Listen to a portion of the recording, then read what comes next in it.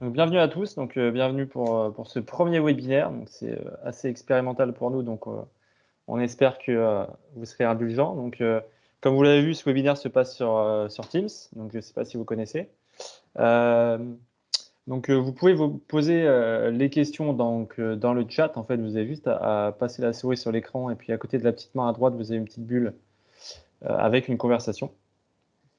Vous pouvez poser toutes vos questions tout au long de ce webinaire. On tâchera de vous répondre par écrit, mais aussi par oral. Et puis, il y aura une dernière session aussi en toute fin de webinaire. Voilà, si vous avez des questions, on prendra un petit temps d'échange avec vous pour y répondre. En complément de cette présentation, voilà, vous pourrez nous contacter par mail ou par téléphone. Et puis, on pourra vous fournir cette présentation et des documents plus détaillés si vous le souhaitez. Je laisse la main à Monsieur David, directeur du bâtiment CFA Côte d'Armor. Merci Christopher, bonjour à toutes et tous et bienvenue à ce webinaire filière finition du CFA bâtiment de Plérin. L'équipe du CFA est heureuse de vous accueillir. En préambule, on pourra dire que les métiers de la finition regroupent les professions qui interviennent sur les chantiers. Une fois les fondations, les murs et les toitures achevés, les principaux acteurs du second œuvre participent à l'achèvement et à la décoration des espaces. Donc, on va plus particulièrement vous parler de cette filière. Autour de la table ronde, autour de moi, plusieurs acteurs du CFA sont présents, que je vais donc leur demander de se présenter auprès de vous. Nous allons commencer par Stéphanie Frassati. Bonjour à toutes et tous. Donc, Stéphanie Frassati, adjointe de direction, en charge de la médiation et de la modernisation des formations. Nous allons continuer par nos deux formateurs, Julien Clermont. Bonjour, Julien Clermont, formateur en peinture et décoration, bâtiment CFA Côte d'Armor. Bon séminaire à tous. Mouloud. Mouloud, on ne vous entend pas. Désolé. Merci Laurent. Bonjour à tous. Mouloud Didieri, formateur en mathématiques, sciences physiques, sciences du bâtiment, suivi de projet au niveau du BTS. Et je suis au CFA depuis 2005. Voilà. Merci Mouloud. On continue avec Mickaël Salva. Oui, bonjour à tous et à toutes. Mickaël Salva, conseiller jeunes et entreprises au CFA Bâtiment de Plérin et plus particulièrement en charge de l'accompagnement des jeunes dans leurs projets professionnels. Nous continuons avec Sylvaine Baudet. Oui, bonsoir à tous. Sylvaine Baudet, médiatrice socio-éducative en charge de votre accompagnement lors de votre vie au CFA. Merci Sylvaine. Et nous avons le plaisir d'accueillir Mehdi, jeune apprenti BTS aménagement finition bâtiment chez nous actuellement, qui apportera son témoignage au moment de la présentation du BTS. Bonjour Mehdi. Bonjour à tous, Mehdi Kitkou, j'ai 19 ans. Je suis en BTS aménagement finition du bâtiment et je suis au CFA de Plérin depuis 2017. Merci Mehdi. Ce webinaire se décomposera en plusieurs parties, en 4 parties exactement, avec une présentation dans un premier temps du CFA, avec une petite vidéo que nous allons vous montrer juste après. Présentation des différents métiers de la finition, notamment avec nos deux formateurs qui se sont présentés, les conditions d'inscription en formation au CFA par Mickaël, et puis aussi les différents services d'accompagnement que nous proposons au sein du CFA par Sylvaine, qui est notre animatrice et médiatrice au sein de notre CFA. Vous pourrez, comme l'a précisé Christopher tout à l'heure, effectivement à tout moment nous envoyer des questions via le fil de discussion Teams. Ce que nous vous proposons également, c'est de pouvoir échanger éventuellement sur ces questions, vous apporter des réponses complémentaires oralement si nécessaire, durant des temps de pause qui vous seront proposés entre chaque partie. Voilà, écoutez, je vous propose de commencer par la petite vidéo de présentation de notre CFA.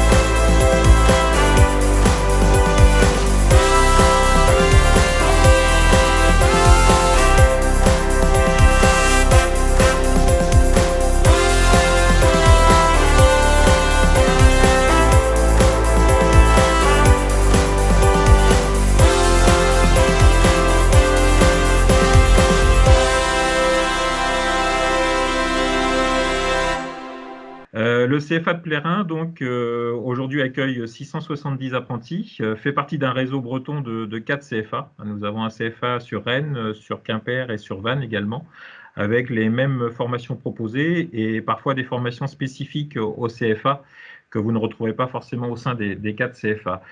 Nous avons connu une augmentation cette année de 5% d'effectifs par rapport à l'année précédente, donc 670 apprentis répartis sur plusieurs filières, donc 6 filières de formation, notamment avec la couverture, le gros œuvre, l'énergie, qui est composée de menuiserie, de plomberie, chauffagiste et sanitaire, également menuiserie alu, l'activité charpentier-bois, électricité, et donc les métiers de la finition, qui regroupent donc peinture bâtiment, peinture décoration, plaquiste plâtrier et le BTS aménagement finition dont nous avons déjà parlé tout à l'heure.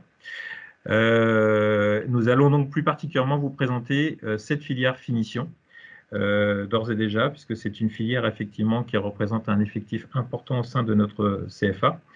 Notre CFA propose également, donc, bien sûr, tous les services d'accompagnement nécessaires, notamment aux jeunes qui sont amenés à rester toute la semaine au CFA. Nous avons un service hébergement, un centre d'hébergement qui aujourd'hui accueille une centaine d'internes selon les semaines. Et nous avons bien sûr un service restauration, donc un restaurant qui aujourd'hui accueille en règle générale à peu près 120 couverts chaque midi. Bien sûr, pour les internes, ils se restaurent le matin, midi et soir. Je vais laisser la parole maintenant à nos 2 formateurs, en commençant par Julien Clermont, qui va plus particulièrement vous présenter les métiers de la finition. Et Mouloud enchaînera par la suite sur le BTS. Julien, je vous laisse la parole. Très bien, merci Laurent. Effectivement, donc 4 métiers autour du domaine de la finition, et on va commencer ce petit tour d'horizon par les métiers du plâtre et de l'isolation. Donc, concernant le métier du plâtre et de l'isolation, le plâtrier, qu'est-ce qu'il fait? Il va monter des murs et des plafonds à l'intérieur des bâtiments. Il va mettre en œuvre différents matériaux tels que des plaques de plâtre, des carreaux de plaques, de la brique. Le plâtrier plaquiste est également formé à ce qu'on appelle de la plâtrerie traditionnelle.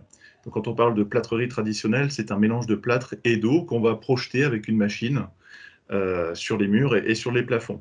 Donc, il met ce plâtre sur la brique et cela permet, entre autres, de renforcer l'étanchéité des constructions.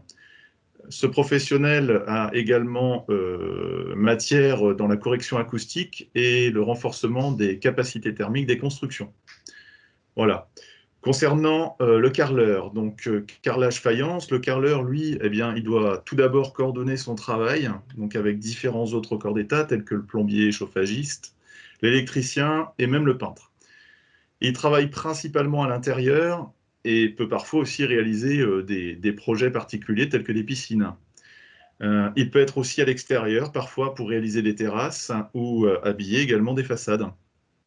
Il réalise aussi ce qu'on appelle des chapes-ciments qui seront habillés soit par des revêtements qui lui sont propres ou par des revêtements qui seront posés par la suite par le solier moquettiste, d'où une meilleure coordination entre les deux. En gros, le carreleur, qu'est-ce qu'il fait? Il façonne, il coupe, il pose une grande diversité de matériaux, de la faïence, de l'ardoise, du marbre, de la terre cuite, bref, tout un tas de matériaux très intéressants. Le solier, maintenant, un petit tour aussi au niveau du solier moquettiste, où lui, il pose aussi des sols et également aussi il habille des murs, donc différents revêtements, du lino, de la moquette, du PVC, également aussi tout ce qui est parquet flottant. Il a un rôle de conseil aussi, il conseille les clients sur des choix de matériaux. C'est également aussi un expert dans le domaine du sanitaire, puisque effectivement, le solier va poser des revêtements au sol et au mur dans des espaces de douche. Donc, il va réaliser en fait tout un système de soudure à chaud ou à froid également pour assurer vraiment l'étanchéité complète de ces réalisations. Et pour finir, eh bien, le peintre applicateur de revêtements. Donc, le peintre, c'est avant tout un expert dans quoi? Dans la préparation et le traitement des supports que l'on peut rencontrer sur tous les chantiers. Après cette fameuse phase de préparation qui représente quand même 80% du travail, il applique soit des peintures, des produits décoratifs, du papier peint, des revêtements muraux et également des revêtements de sol. Il peut aussi poser du parquet, du PVC, du lino. Également, il peut intervenir en extérieur, hein, au niveau des façades, en montant des échafaudages et en réalisant, bien évidemment, soit des systèmes peinture ou soit des systèmes d'isolation thermique par l'extérieur. En gros, le peintre, lui, c'est le dernier corps d'État à intervenir sur le chantier. Il doit être rigoureux, méthodique et doit pouvoir conseiller ses clients sur des choix esthétiques et décoratifs. Alors, n'hésitez pas à venir nous voir. Merci. À vous, Laurent. Merci Julien. Avant de visionner une vidéo d'une jeune apprentie, je m'adresse à Michael. Quelles sont les évolutions de carrière, Michael, pour ces métiers de la finition? Alors, les évolutions de carrière dépendent du diplôme préparé, sachant qu'ici au CFA, tous les diplômes préparés, on a la chance, sont reconnus par 2 organismes. Ils sont reconnus par l'Éducation nationale, ce qui permet de faire des poursuites de formation et de monter en compétences. Et ils sont également reconnus par la Convention collective du bâtiment, c'est-à-dire qu'un diplôme préparé permet d'avoir un statut et une rémunération qui va de pair. Et au niveau des diplômes préparés, on a par exemple le CAP, qui est un diplôme de niveau 3 qui permet d'obtenir la compétence d'ouvrier qualifié et une rémunération aux alentours de 10,80 € de l'heure. On peut avoir le BP et le bac pro, qui est un diplôme de niveau 4 et qui permet d'avoir une rémunération aux alentours de 12 € à peu près. Et on a le niveau au-dessus, qui est le BTS, qui est un diplôme de niveau 5, qui lui permet d'avoir un statut de conducteur de travaux ou chef d'équipe et une rémunération, une fois que le diplôme est obtenu, aux alentours des 13 €. Voilà. Merci Michael. Alors, nous reviendrons justement, nous allons reparler du BTS juste après la petite vidéo. Donc nous vous proposons une vidéo donc d'une apprentie solier moquettiste chez nous actuellement. Je vous laisse l'écouter. Je m'appelle Adeline, j'ai 25 ans. Donc avant d'arriver au CFA, j'ai fait un bac pro en aménagement paysager. Ensuite, je suis partie travailler 1 an à l'usine parce que je ne savais pas ce que je voulais faire encore. Donc j'ai eu le temps de réfléchir au métier de la peinture. Par la suite, j'ai passé un CAP peintre, un BP et une MC déco. Et je voulais me perfectionner dans le sol en faisant un titre pro en solier moquettiste. Donc j'ai choisi de faire de la peinture et en plus du sol parce que c'est des métiers qui sont complémentaires. Et ça nous permet d'élargir notre travail et on a pas mal de demandes en ce qui concerne le sol en plus de la peinture. Voilà. Donc, alors petite précision concernant la formation solier moquettiste, qui est un titre professionnel, donc c'est un petit peu à part puisque tous nos diplômes sont des diplômes d'éducation nationale au sein du CFA, à l'exception du titre professionnel solier moquettiste, puisque le CAP solier n'existe plus, et donc c'est un titre ministère du Travail qui a été proposé cette année avec une vraie réussite, puisque nous avons 13 apprentis actuellement en formation, dont la jeune fille qui vient de se présenter. Alors Mouloud, je vais vous laisser présenter le BTS. En quoi ça consiste? Oui, Laurent, merci. À nouveau, rebonjour à tout le monde. Moi, je vais essayer de vous présenter sommairement le BTS, anciennement Aménagement Finition. Donc, le CFA Bâtiment Côte d'Armor propose une formation supérieure de niveau Bac plus 2, niveau 5, en alternance dans les métiers de la finition et de l'aménagement depuis 2003.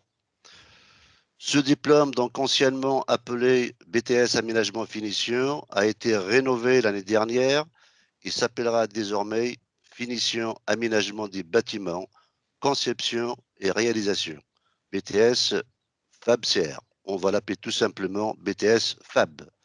Cette nouvelle réforme du diplôme entrera en vigueur pour les nouveaux entrants dès la rentrée 2021.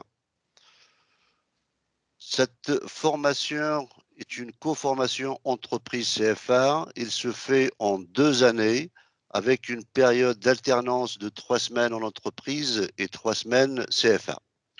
Elle est ouverte aux titulaires d'un bac pro aménagement finition, qui est une suite logique, d'un bac pro TB2E, bac technologique STI2D, bac général SOS, et aussi elle est ouverte aux BP, métier du plâtre, MPI, BP peinture, revêtement et BP carrelage.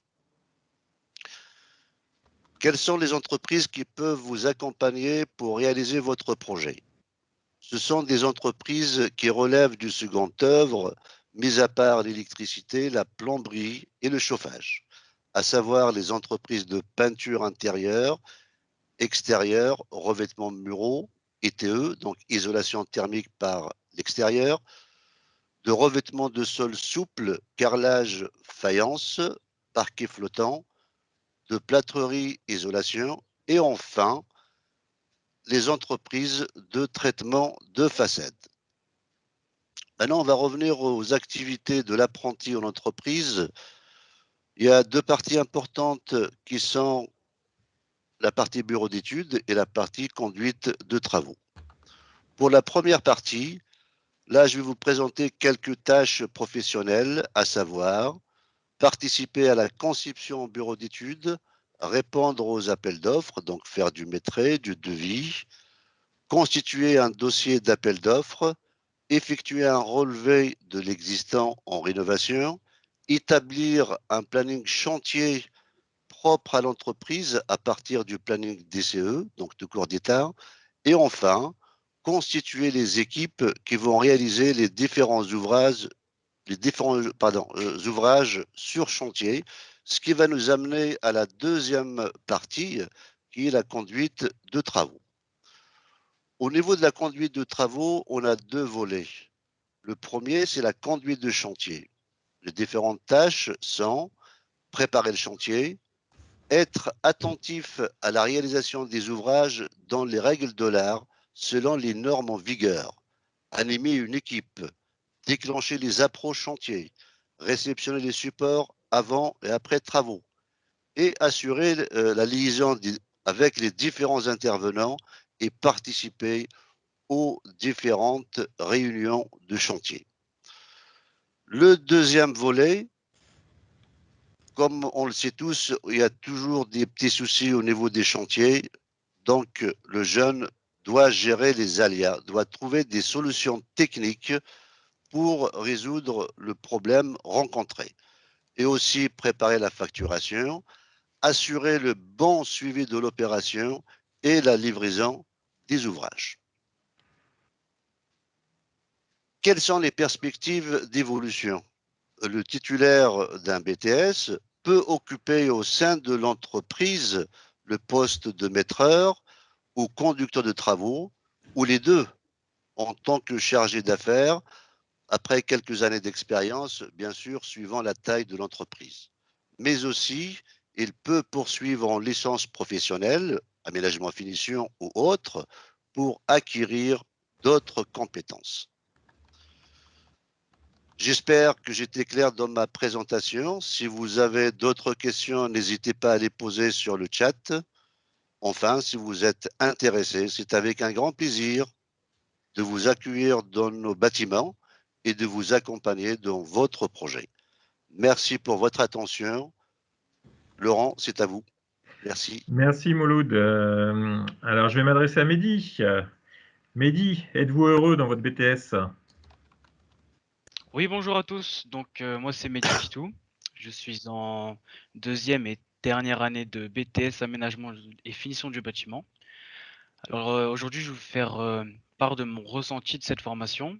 Donc, je pense que c'est une très bonne expérience pour toute personne souhaitant évoluer dans le domaine de la finition, au niveau bureau d'études et comme suit la conduite de travaux. Personnellement, je voulais acquérir plus d'expérience pour pouvoir me lancer dans l'auto-entrepreneuriat, excusez-moi, plus tard. Et le BTS nous enseigne justement la gestion d'entreprise, de la partie technique jusqu'à la partie économique. Cette formation m'a fait prendre beaucoup plus de responsabilités. À l'heure d'aujourd'hui, je m'occupe parfois de répondre à des appels d'offres, de l'appel d'offres, et si, avec chance, on le décroche, jusqu'à la réception de chantier, je m'occupe de préparer les chantiers. Je gère la gestion de déchets sur les chantiers aussi, les commandes de matériaux à l'entrepôt. L'entreprise me fait confiance et chaque jour est une nouvelle expérience. Donc je pense que le BTS est une super formation pour toute personne souhaitant évoluer et devenir plus complétant dans sa carrière du bâtiment.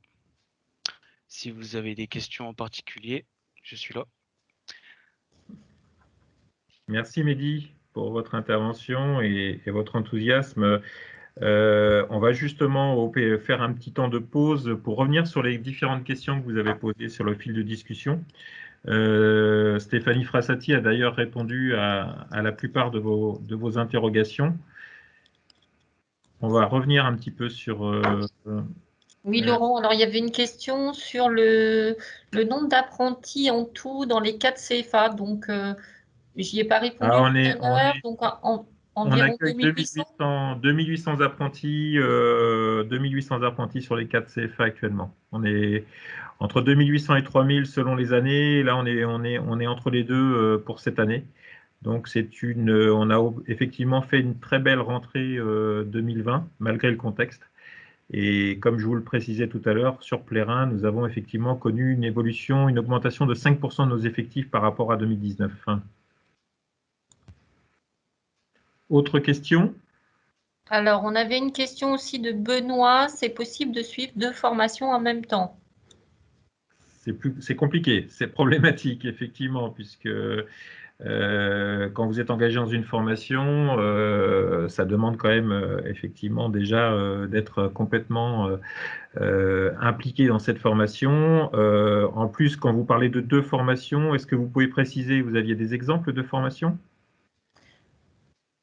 Alors, Benoît a précisé peinture et carrelage, c'est ça, oui, je le vois juste en dessous. qu'il souhaitait en fait passer un CAP en carrelage et en peinture. Donc voilà, moi j'ai répondu un petit peu à la question en lui disant qu'il fallait qu'il commence par l'un des CAP. Normalement, un CAP, c'est d'une durée de 2 ans. Et donc, il lui restera ensuite un second CAP à passer. Mais comme il aura déjà un diplôme, la durée du contrat pourra être un peu plus courte et donc 1 an. Tout à fait, c'est tout à fait ça. C'est possible de visiter le CFA malgré le confinement. Alors effectivement, nous avons un protocole sanitaire strict au sein du CFA depuis 1 an maintenant, depuis le retour du premier confinement. Mais malgré tout, vous pouvez venir visiter le CFA sur rendez-vous, puisque nous avons déjà mis en place 2 journées portes ouvertes en janvier et en mars notamment, uniquement sur rendez-vous pour les familles. Ça s'est très très bien passé. Et ça permet effectivement une fluidité au niveau de la circulation au sein du CFA et puis de pouvoir vous accueillir de suite à l'entrée du CFA et surtout vous accompagner dans le respect des gestes barrières et du protocole sanitaire. Donc c'est aussi pour votre propre sécurité qu'il est important de le faire sur rendez-vous uniquement. Alors, on a 2 autres questions, hein, Laurent, qui sont arrivées. Donc, Johanna qui nous demande, est-ce que les filles sont bien intégrées dans les métiers du bâtiment? Eh ben, je vais laisser Julien répondre. Pas du tout. Non, je plaisante, bien sûr, bien sûr, bien sûr. Et effectivement, on est…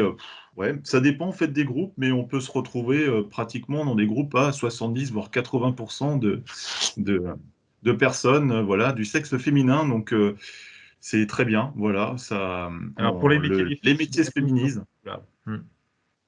Donc, vraiment, non, il n'y a pas de souci de ce côté-là.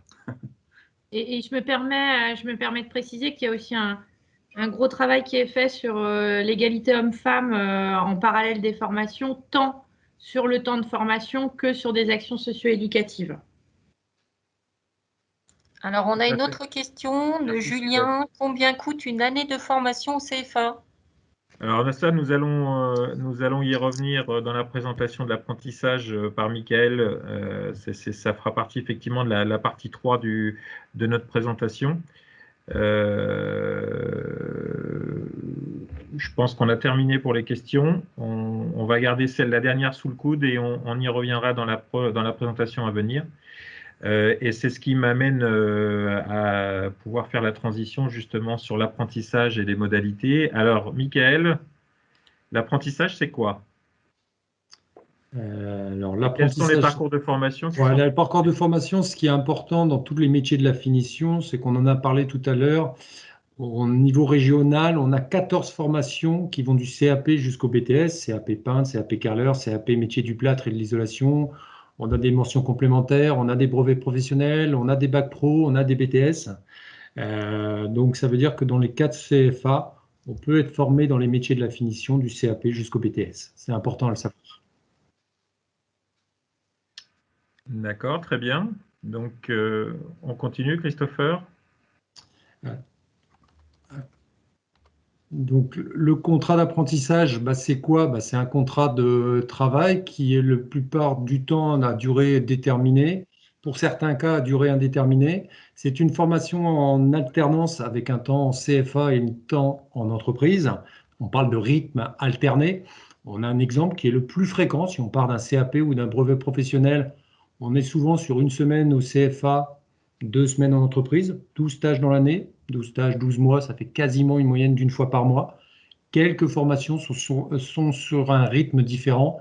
Les bacs pro, les BTS, on en a entendu tout à l'heure parler. On est sur du 15 jours, 15 jours. On vous l'indique également, qui dit contrat d'apprentissage dit contrat de travail. Il y a une période d'essai, voilà, de 45 jours, consécutifs ou pas de présence dans l'entreprise. Pendant cette période d'essai, l'employeur ou le jeune peuvent du jour au lendemain arrêter un contrat d'apprentissage. Et comme on est également sur un contrat de travail, il y a un temps de travail qui est clairement défini. Pour les mineurs, 35 heures par semaine, qu'ils soient en entreprise ou au CFA. Pour les apprentis majeurs, 35 heures quand il est au CFA. Par contre, ils ont la possibilité, comme tout salarié, de faire 36, 37, 38, 9 heures. Et ces heures, ce qu'on appelle des heures complémentaires, pourront ensuite être récupérées en temps supplémentaire, du RTT, ou en salaire complémentaire. Ça, ce sera à voir ça avec l'entreprise, tout simplement. Voilà, donc ça répond à la question, je me permets, Michael, ça répond à la question de tout à l'heure, combien coûte une formation. Donc pour l'apprenti, la formation ne coûte pas d'argent. La condition étant de signer un contrat d'apprentissage avec une entreprise. Et c'est effectivement l'organisme mutualisateur de l'entreprise qui prendra en charge le coût de cette formation pour l'année, les 2 ans ou les 3 ans de formation selon la formation proposée.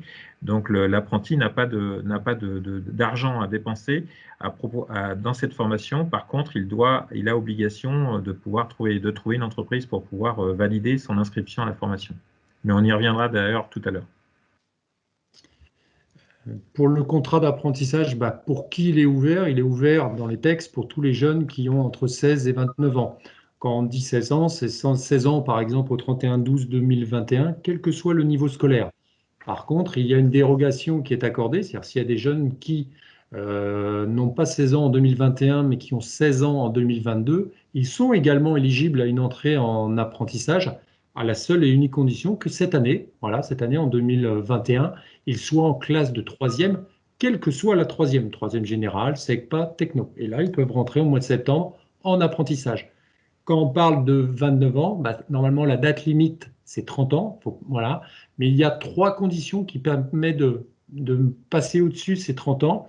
S'il y a une reconnaissance handicapée de cette personne, si cette personne a l'objectif de créer une entreprise, et le dernier cas, si on est en cas de sportif de haut niveau. Pour ces 3 cas-là, si on a des personnes de plus de 30 ans, ils sont également éligibles à une entrée en apprentissage. Pour faire très simple, il suffit de nous appeler et on voit au cas par cas. Au niveau de l'organisation de la formation, comment ça se passe? L'apprentissage, c'est de la pratique au CFA avec de l'atelier, de l'expérience que vous allez avoir et de l'expérience que vous allez acquérir également en entreprise. Donc c'est le mélange des deux, de la pratique et de l'expérience. Et le CFA fait le complément de formation de ce qui est fait en entreprise pour que le jeune ait un diplôme complet. Voilà. Et nous, on fait le lien de l'entreprise en permanence. On est en relation complète. Voilà. Au niveau d'un exemple, ce qui est surtout important, c'est que si vous souhaitez faire un CAP, et c'est à peu près, quelle que soit la formation que vous souhaitez faire, on s'adapte à l'âge et au diplôme obtenu. Par exemple, vous souhaitez faire un CAP peintre, vous avez 3 possibilités. Vous pouvez le faire en 1 an pour certains, en 2 ans pour certains et en 3 ans pour certains. Le cas le plus fréquent, c'est celui du milieu, c'est 2 ans. Un jeune qui finit sa classe de 3e, il a 15 ans, 16 ans, 17 ans.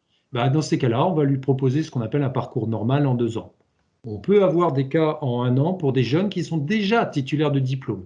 Dans ces cas-là, on va réduire la durée, on va passer de 2 ans en 1 an et il peut y avoir une dispense plus ou moins complète de l'enseignement général. Pas de maths, pas de sciences, pas de français, pas d'histoire de géo et de sport. Ça, c'est étudié au cas par cas, mais on réduit et on va développer la partie professionnelle. À l'inverse, et c'est le dernier cas, qui ont mis en place à partir de cette année, à partir de septembre, on peut être amené à allonger la durée de contrat. C'est ce qu'on appelle le CAP+, pour des jeunes primo-arrivants qui ont une maîtrise de la langue française un peu plus compliquée. Et ben, tout simplement, on va proposer un 3 ans au lieu de proposer un 2 ans, pour tout simplement, que ce soit le 1 an, 2 ans ou 3 ans, c'est-à-dire proposer une formation adaptée aux compétences que vous avez et l'âge que vous avez, et que dans ces cas-là, la formation se passe le mieux possible. Alors, qui dit apprentissage dit salaire, c'est un contrat de travail. On a la chance, nous, dans le bâtiment, depuis 2005, et sur demande des entreprises, que le secteur de bâtiment est les secteurs d'activité qui rémunèrent le plus. Je rappelle que la rémunération dépend de 2 critères, l'âge que vous avez et l'année de formation. C'est pour ça que dans le tableau qu'on vous présente, vous avez bien un tableau à double entrée avec l'âge et l'année de formation, première, deuxième année, troisième année. Et si vous avez moins de 18 ans, entre 18 et 21 ans jusqu'à 26 ans, et plus de 26 ans. Alors, je vais prendre juste un exemple qui est souvent le plus fréquent. Quelqu'un qui aurait moins de 18 ans cette année, qui est en première année, le bâtiment rémunère à hauteur de 40% du SMIC. Le SMIC est à 10,25 €, donc 40% de 10,25 €, ça fait environ 4 € de l'heure. Je multiplie par 151,67 €, qui est la base, 35 heures par semaine, et ben ça fait un salaire à 621 € brut, sachant qu'il n'y a pas de différence entre le brut et le net en apprentissage, puisqu'il n'y a pas de cotisation salariale. Pareil que tout à l'heure, par rapport à la durée, salaire, il suffit dans ces cas-là de nous appeler et en fonction de chaque cas, on va étudier et analyser votre âge et votre année de formation pour vous proposer le salaire approprié tout simplement. Merci Mickaël pour toutes ces explications. Avant de continuer le webinaire, on va refaire un temps de pause pour revenir sur les questions qui ont été posées dans le fil de discussion. Je vous propose de revenir sur les différentes questions, puisque j'en ai vu effectivement apparaître. Stéphanie, quels sont les... Alors, attendez, Est-ce que nous sommes des salariés lors de la formation? Est-ce que nous sommes des salariés lors de la formation? Alors, Mickaël a répondu à la question. Bien sûr, c'est un contrat de travail, donc vous avez le statut de salarié durant toute la durée de la formation.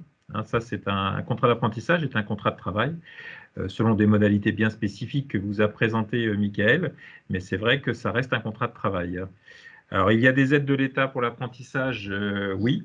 Il y a des aides pour les entreprises, c'est-à-dire que des aides qui ont été mises en place à la suite du premier confinement l'année dernière pour booster justement l'activité et les contrats d'apprentissage. Et ça, c'est valable pour tout secteur d'activité au niveau de l'apprentissage, pour aider les entreprises à inciter les entreprises à embaucher des jeunes en apprentissage. C'est une aide qui a eu un effet très bénéfique l'année dernière pour la rentrée 2020, qui a beaucoup aidé et incité les entreprises aussi à prendre des apprentis malgré le contexte sanitaire difficile et économique qui pouvait être considéré comme difficile. Et ces aides, et ça c'est la bonne nouvelle pour cette année, ont été reconduites jusqu'à la fin de l'année. Donc ça c'est une très bonne nouvelle. Donc les entreprises bénéficient d'aides pour continuer à prendre des apprentis cette année en contrat d'apprentissage. À partir du moment où vous signez un contrat, vous devenez salarié. Tout à fait. Vous nous aidez à trouver notre question, c'est vous nous aidez à trouver une entreprise. Voilà, alors ça, on va y revenir un petit peu plus après, donc avec Mickaël également, mais pour répondre rapidement à cette question, bien sûr, nous vous accompagnons dans la recherche d'entreprise, sachant que nous avons déjà, nous, un fichier d'entreprise qui prennent régulièrement des apprentis chez nous et qui, chaque année, ont des besoins en recrutement. Donc, bien sûr, nous vous accompagnons, mais je vais laisser Mickaël détailler cette démarche juste après. Alors, pour cela, d'ailleurs, pour la mise en relation avec les entreprises, nous vous proposons aussi déjà en amont un nouveau site qui a été créé par les CFA Bâtiments Bretagne, qui s'appelle adopteunapprenti.com, qui permet une mise en relation entre entreprises et jeunes intéressés par les métiers du bâtiment, mais qui souhaitent mieux connaître ces métiers et pour cela être en relation avec des entreprises, quitte à même pouvoir passer du temps en entreprise. Et ce site, qui est unique en Bretagne, puisque c'est nous qui l'avons créé, donc est un site qui permet aujourd'hui de mettre en relation avec des entreprises, puisqu'on a déjà une estimation depuis plusieurs mois. Nous avons à peu près 250, c'est Christopher, c'est à peu près ça, 250 inscrits. On va bientôt passer les jeunes. 500. Ah, oulala, d'accord, je suis loin là. Donc on a 500 inscrits aujourd'hui, 500 jeunes qui se sont inscrits sur ce site pour être mis en relation avec des entreprises. Donc c'est un vrai succès. Alors, la dernière question, toujours de Benoît. Il y a aussi des aides pour les apprentis, du coup. Les aides, c'est-à-dire? Les aides sont les aides pour les entreprises. Au niveau pour les apprentis, c'est une aide, on parle de quoi? D'aide financière ou d'accompagnement? Si on parle d'aide financière, c'est tout simplement Financière, oui. la formation qui est gratuite pour l'apprenant, pour le jeune, puisqu'elle est financée par l'entreprise indirectement, et le salaire perçu durant l'apprentissage par le jeune, comme l'expliquait Michael. Donc c'est quand même une vraie plus-value, un avantage, puisque ça permet déjà de mettre un premier pas dans le monde de l'entreprise tout en étant rémunéré et d'avoir donc une vie sociale déjà bien établie. Je me permets, Laurent, j'interviendrai également sur les aides qu'entraîne le statut d'apprenti. Les aides qui sont ouvertes au statut d'apprenti, je vous en reparle d'ici une dizaine de minutes. Ne vous inquiétez pas, on va pouvoir plus détailler. C'est effectivement prévu dans la 4e partie du webinaire. Michael, je vous relaisse la parole concernant le processus d'inscription. Alors, pour le processus d'inscription, il y a deux possibilités. La première qui est par téléphone, tout simplement, au numéro du CFA 02 96 79 89 79. Vous appelez pour une préinscription, elle peut se faire directement par téléphone. La deuxième solution, ce qui est indiqué là, peut se faire également sur le site internet bâtiment-cfa.bzh. Vous faites votre préinscription en ligne, on récupère les éléments, on vous recontacte et on alimente votre préinscription. Ce qui est important de savoir, c'est que vous n'avez pas nécessité d'avoir une entreprise pour nous contacter. Vous pouvez le faire bien sûr avant, ce qui nous permet de vous connaître, de répondre à toutes vos questions et, Laurent en a parlé tout à l'heure, vous proposer des listes d'entreprises. Si on ne vous connaît pas, c'est sûr qu'on ne peut pas vous contacter. À partir du moment où vous êtes préinscrit, on a plusieurs étapes. Ce qui est marqué dans le document que vous voyez, là, il y a un parcours de positionnement. Alors, c'est tout simplement, parcours de positionnement, ce n'est en aucune manière un test de positionnement. C'est un parcours que vous faites chez vous. Vous pouvez l'arrêter, le recommencer. C'est tout simplement, on veut savoir pour chaque jeune les facilités ou difficultés qu'il peut y avoir et le cas échéant, proposer une formation adaptée, on l'a expliqué tout à l'heure, ou en 1 an, ou en 2 ans, ou en 3 ans. Et ce parcours de formation nous sert à cela. Une fois que ce parcours de formation est fait, il y a également la mise en place d'un entretien individuel qui se passe la plupart du temps en présentiel parce que c'est plus sympa d'être en direct, mais qui peut se faire à titre exceptionnel, se faire par téléphone. L'objectif de cet entretien, ce n'est pas du tout un entretien d'embauche, il n'y a aucun problème là-dessus, c'est juste vérifier les informations administratives qu'on a, vérifier les difficultés et facilités du jeune par rapport à ce parcours de positionnement et que le jeune et l'entreprise et le CFA, on soit d'accord sur un parcours de formation et un diplôme précis.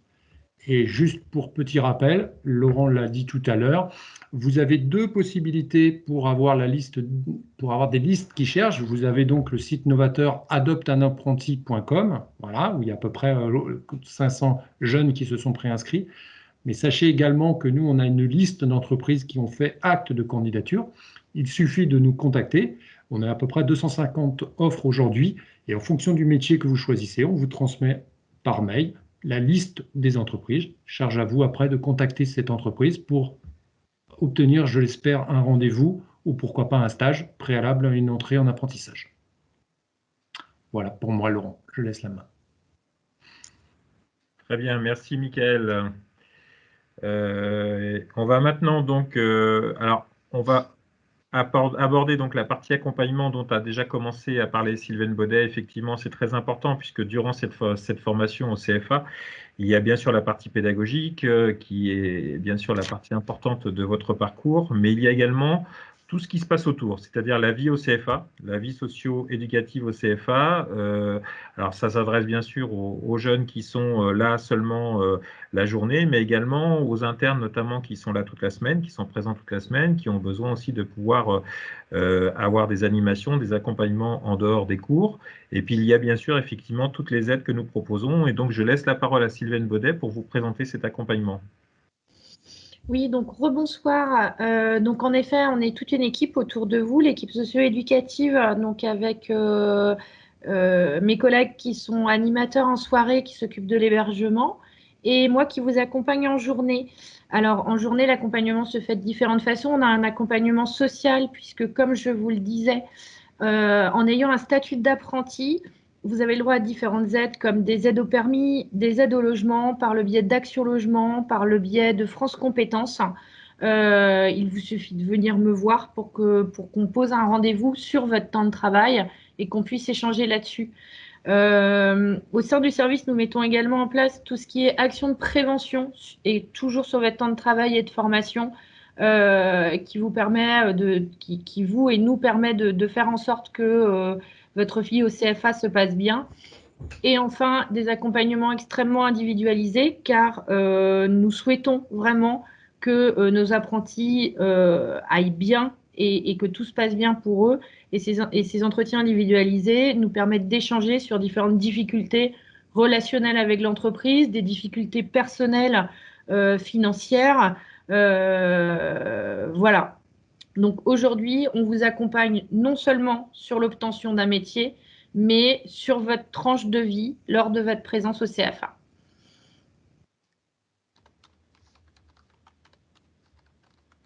Laurent, votre micro n'est pas allumé.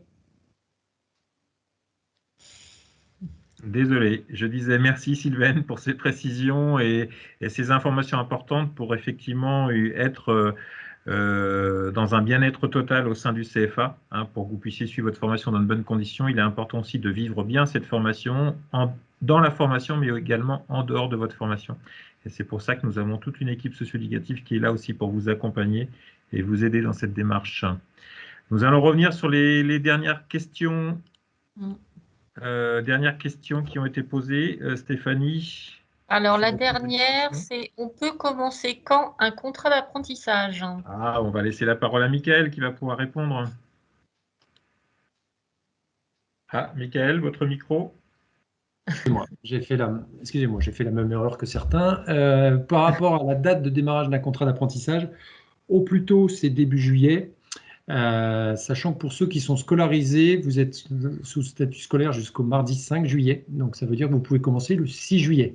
Ce qui est important à savoir, c'est que la date de démarrage du contrat, le CFA n'intervient pas. C'est le jeune et l'entreprise qui définissent ensemble la date de démarrage du contrat. Et ayant beaucoup d'entreprises au téléphone, beaucoup d'entreprises sont assez intéressées par des fois un début de contrat au mois de juillet, avec par exemple au mois d'août des vacances, sans solde, mais des vacances. Et ensuite, le contrat qui continue au mois de septembre. Mais vous pouvez démarrer au plus tôt, début juillet. On ne vous entend pas, Laurent, ça a coupé. Décidément, merci Mickaël. Merci pour votre écoute. Nous restons bien entendu à votre disposition et ce sera avec un vrai plaisir que nous vous accueillerons au sein de notre CFA pour pouvoir vous le présenter et vous présenter, on va dire concrètement, toutes les précisions que nous avons données lors de ce webinaire. Nous vous souhaitons une belle soirée et puis nous vous disons à bientôt.